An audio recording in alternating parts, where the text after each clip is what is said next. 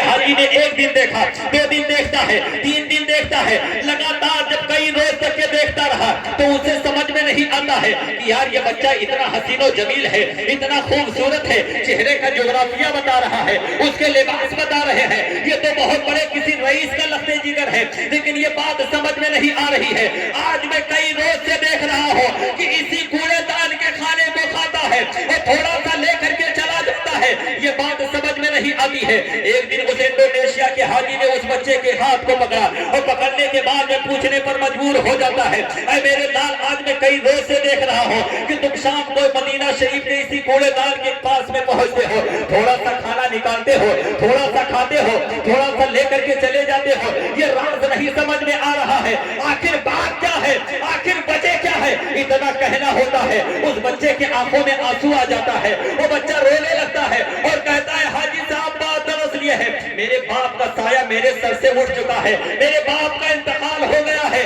گھر میں کوئی کمانے والا نہیں ہے، میری ماں ہے جو چلنے پھرنے سے مجبور ہے، میں ماں کی خدمت کرتا ہوں، شام کو ماں سے اجازت لے کر کے اسی مدینہ شریف کے کوڑے دان کے پاس میں آتا ہوں، اسی مدینہ شریف کے آنگن میں آتا ہوں، اسی کوڑے دان سے تھوڑا سا کھانا نکالتا ہوں، تھوڑا سا میں کھاتا ہوں، تھوڑا سا اپنی ماں کے لیے لے کر کے چلا جاتا ہوں۔ اتنا جملہ سننا ہوتا ہے، انڈونیشیا کے حاجی کے آنکھوں میں آنسو آ جاتا ہے اور کہتا ہے اے میرے لال سنو،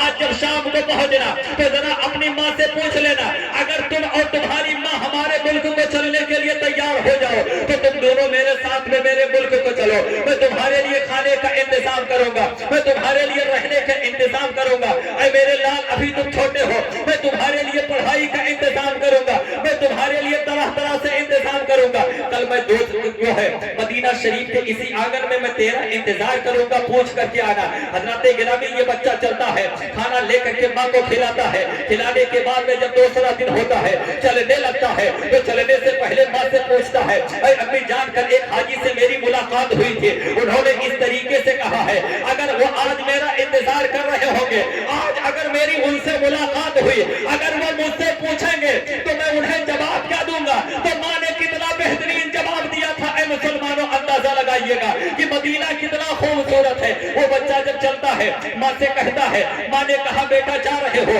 اگر اس حاجی سے ملاقات ہوگی، اگر وہ پوچھیں گے تم اور تمہاری ماں